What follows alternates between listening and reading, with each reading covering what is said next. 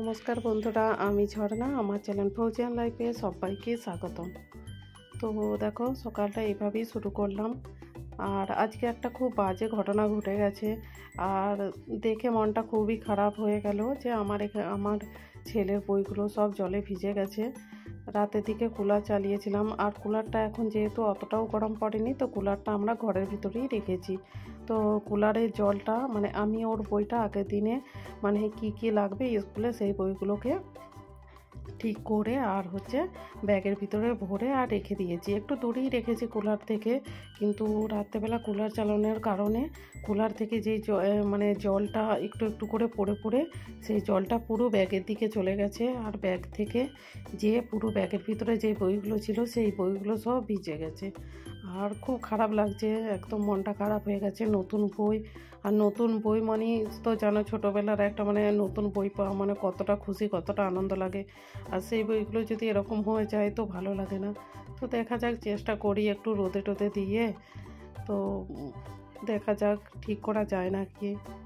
আমি অনেকটা সকাল থেকে পাখাতে দিয়ে রেখেছিলাম, অনেকটাই শুকিয়ে গেছে। ভাবছি এই বাইরের রোদটাতে এখানে দিয়ে রাখি, অনেকটা শুকিয়ে গেলে তো ভালোই হয়। তারপরে আয়রন টায়রন করে এটার একটা ভালো করে ব্যবস্থা করব। দেখো, নতুন নোটবুকটাও কীরকম ছিঁড়ে গেছে, আর এই বুকটাও কীরকম হয়ে গেছে।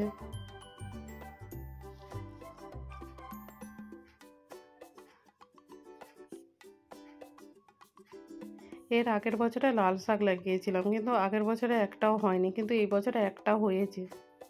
হয়তো দয়া ভেবেই দিয়েছে। আর বাড়ি থেকে আনা বেগুন চারা দেখো, এখানে একটা হয়েছে, কারণ অনেক দিন আগে এনেছিলাম, তো এখনও বেঁচে আছে। ওইদিকে কাঁচরাওয়ালা সিটি দিচ্ছে, তো ভাবলাম কাঁচরাটাকে দিয়ে আসি। এখনও ঘরের সামনে আসেনি, তো ঘরের সামনে এলেই তাকে দিয়ে আসবো।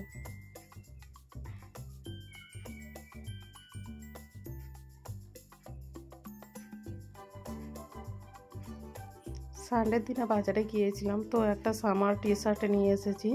তো এখন এই টি শার্টগুলো খুব চলছে, আর এমনিতেও নিয়ে এলাম, ভালো লাগলো। তো দেখো কীরকম লাগছে, ভাবলাম তোমাদের সাথে শেয়ার করি। টি শার্টটার কালারটা আমার খুব পছন্দ হয়েছে। তোমাদের কেমন লেগেছে অবশ্যই বলবে কমেন্ট করে।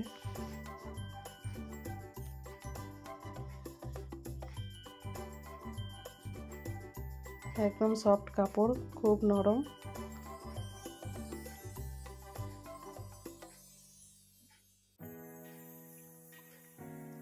দেখা যাক তারপর ইউজ করে কীরকম লাগে।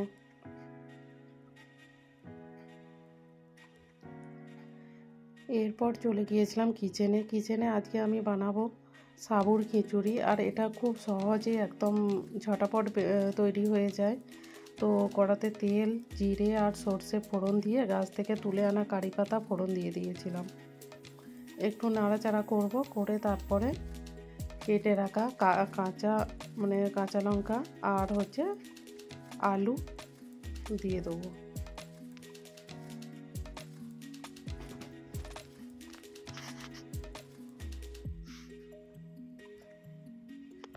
আলুগুলোকে একটু ভাজা ভাজা করতে হবে।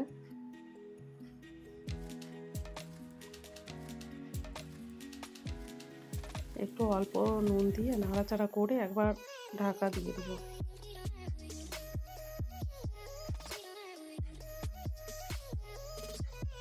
তারপর আমি এখানে পেঁয়াজ কুচি, টমেটো কুচি দিয়ে দিয়েছিলাম।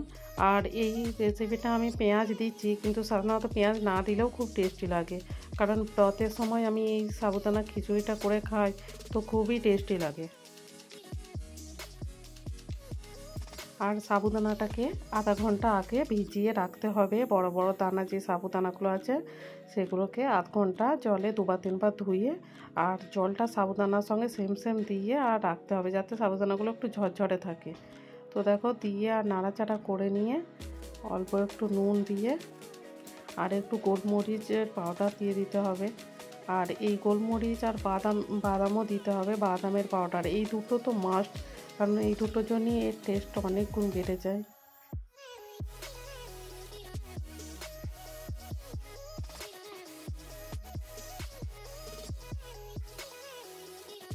অল্প একটু জিরে পাউডার, চার পাউডার দিয়ে দিয়েছিলাম।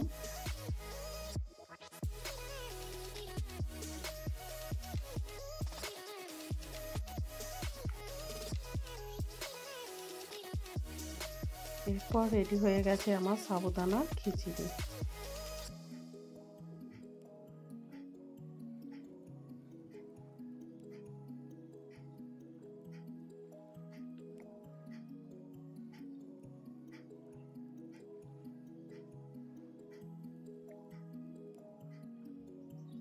তাহলে চলো, আমি আমার ভিডিওটা এখানেই শেষ করছি। ভালো লাগলে লাইক করে দেবে, সাবস্ক্রাইব করে দেবে, আর অবশ্যই শেয়ার করে দেবে।